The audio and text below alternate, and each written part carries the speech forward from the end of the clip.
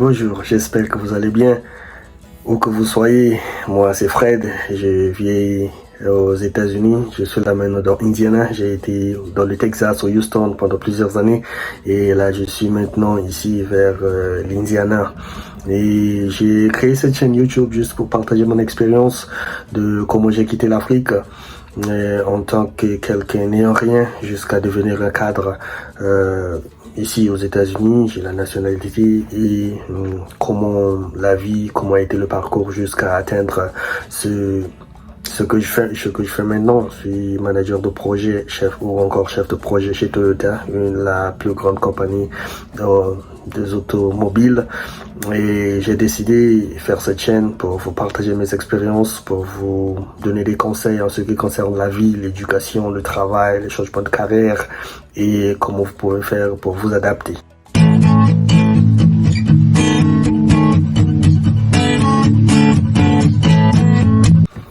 Avant de venir aux États-Unis, j'étais en Afrique de l'Ouest. C'est là où j'ai étudié pendant 2 ans, où j'ai eu le BTS en météorologie. J'ai fréquenté dans l'école de la SECNA.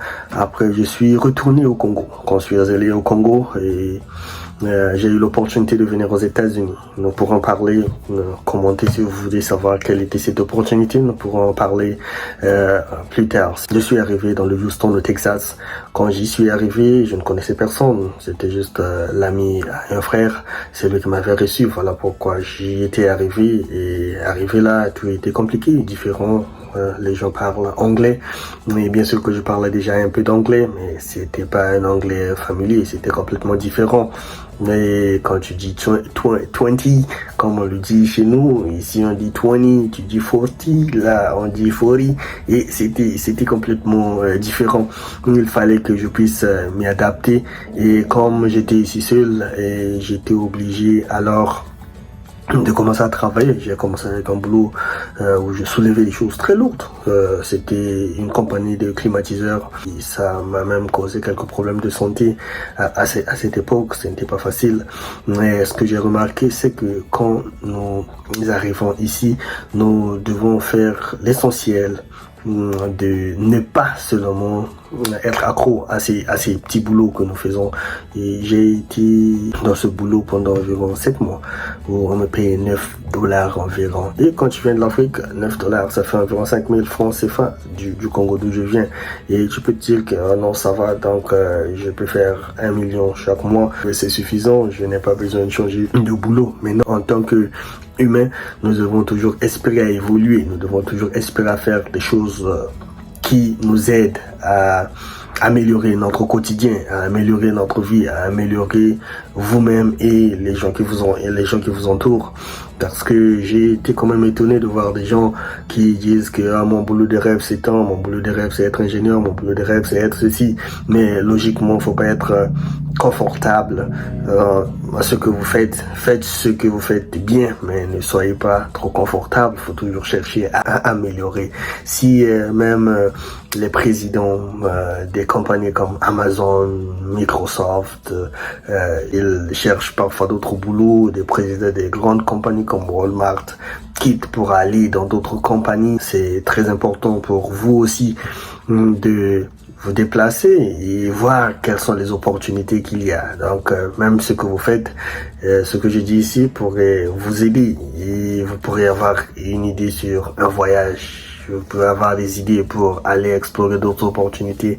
N'hésitez pas de le faire. Faites-le. Quittez votre zone de confort. Prenez le courage. Affrontez les obstacles. Affrontez la peur. Et derrière tous ces obstacles, il y a toujours quelque chose de bien. Quand je suis arrivé, j'ai décidé d'arrêter alors ce boulot. Je suis allé alors à l'école. Ici, l'école, quand vous venez d'un pays qui n'est pas anglophone, vous êtes obligé de passer un test d'anglais.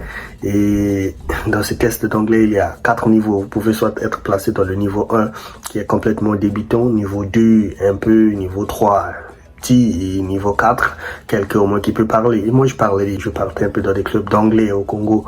Et quand je suis arrivé ici, j'ai fait le test SAT. Quand je l'ai fait, je suis arrivé au niveau 4 et cela m'a pris 4 mois. pour finir l'anglais et commencer le cours académique. Parce que si vous ne venez pas d'un pays où on parle anglais, vous serez obligé toujours de prendre ce test pour qu'on puisse connaître votre niveau académique en anglais et avant de vous permettre de prendre des véritables cours.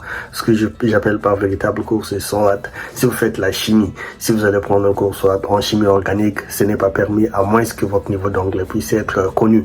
Mais ça peut être différent dans d'autres états, mais c'est comme ça que cela se passe à Houston. Je me suis inscrit dans le collège où j'étais. Le collège ici, c'est pas comme la 6e, 5e, 4e, comme on en a en Afrique. Le système ici, c'est complètement différent. C'est le système américain. Donc, ici, on part à l'école par semestre. Donc, les 4 niveaux d'anglais, vous avez le semestre 1, semestre 2, semestre 3 et semestre 4. Et chaque semestre prend 4 mois. Et logiquement, dans l'année, on a 2 semestres, presque 2 ans pour finir ces sessions d'anglais. Et quand j'ai fini mon premier semestre d'anglais, je suis allé maintenant dans les cours. Je me suis inscrit dans un cycle d'ingénieur pour avoir un BTS. Le BTS ici, c'est ce qu'on appelle par associate. Donc, et en même temps, travailler. Je partais parfois au boulot à 4 heures, je finis à 16 heures. Donc, 16 heures là, je pars directement à l'école. J'ai eu un autre boulot à General Electric. Et c'est là où maintenant, où les choses étaient un peu plus à l'aise. Et en même temps, avec l'école, c'était très difficile. Et j'ai décidé alors de laisser d'aller à l'école en personne. J'ai décidé d'aller en ligne. J'ai cherché des écoles. C'est comme quand vous venez aussi avec vos expériences ou bien vos études ou bien que vous avez des diplômes. Quand vous venez, vous avez la possibilité de traduire ces diplômes et les transférer dans une université américaine. Bien sûr que ce ne sont pas toutes les universités qui acceptent tous ces diplômes, mais il y a quelques-unes. Nous pourrons aussi en parler. Si vous voulez savoir, laissez un commentaire. Je pourrais faire une vidéo à propos de cela également. Et j'ai transféré mes cours là-bas, tous mes cours ont été acceptés, à tel point que je n'avais besoin que d'une seule classe, je crois, d'une seule classe pour avoir mon diplôme de Bac plus 4, bachelor, on appelle ça ici, je crois en Afrique, c'est licence. Le bachelor également, c'est ce qu'on appelle comme un ingénieur. En Afrique, ici, il a le bachelor, mais en traduction, c'est comme s'il a une licence. C'est un peu petit programme différent. Et en gros, quand j'ai fait cela, j'ai continué, j'ai encore pris mes cours, j'ai transféré dans une autre école où j'ai eu ma maîtrise en gestion d'administration. Et cela maintenant m'a permis de chercher encore d'autres boulots. Toutefois, je suis toujours là en train de chercher, parce que je n'aimerais pas être confortable. J'aimerais apprendre et évoluer davantage. Et quand j'ai eu cela, j'ai eu d'autres opportunités. J'ai travaillé en Californie, au Colorado, dans le Washington, en tant que consultant et pour des grandes compagnies. Et là, je travaille, comme je l'avais dit, en tant que chef de projet. Je gère des projets avec des différentes compagnies comme Apple. Je suis là pour développer des plans, assurer que tout est en place du début jusqu'à la manifestation, jusqu'à la réalisation du projet. Donc ici, ce que je voudrais juste dire, c'est que nous devons apprendre. Ce que j'ai appris aussi, c'est que parfois nous envoyons des CV, ou ici on appelle CV par résumé, des résumés ou des CV. Tu peux envoyer ton CV, on m'appelle jamais. Le problème, c'est juste la manière dont vous vous présentez. J'ai appliqué à plusieurs milliers de boulots et j'ai tiré des conclusions quand même pertinentes en ce qui concerne la présentation de la personne dans la forme des CV ou des résumés. Parce que cela m'a permis d'avoir ce boulot que j'ai eu en tant que cadre dans la plus grande compagnie des automobiles, Toyota. Donc, c'est vraiment la présentation, la manière de vous présenter sur le CV aussi, c'est très capital. Vous pouvez avoir vos diplômes, quelconque diplôme que ce soit, un ingénieur et autres, mais si vous ne vous présentez pas bien sur votre CV, c'est quand même compliqué. Si vous voudrez aussi apprendre, laissez un commentaire. Nous pourrons parler de tous ces points en détail. Si vous voulez apprendre comment la vie, comment j'ai fait pour apprendre l'anglais, comment se passe ma journée en tant que chef de projet là où je suis, comment j'ai fait pour m'adapter, comment tout cela, si vous aimeriez apprendre, si vous aimeriez que je fasse une vidéo spéciale pour cela, laissez un commentaire et je serai là. Je ferai cette vidéo pour répondre à votre question.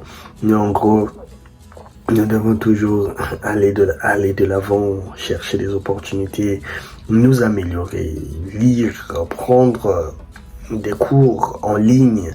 Il y a des cours qui sont gratuits. Si aussi vous voulez apprendre cela, dites-moi, je ferai une vidéo pour cela. Nous ferons une liste sur des choses que vous voudrez apprendre. Vraiment, le but de cette chaîne, c'est juste pour vous aider à avoir une idée, à savoir comment vous pouvez vous améliorer, comment immigrer aux États-Unis, quelles sont les opportunités, quelles sont les occasions, comment vous pouvez y arriver. Tout cela, nous allons parler de cela si vous laissez des commentaires. Alors abonnez-vous, j'espère que cette vidéo vous a plu. Merci encore et portez-vous bien.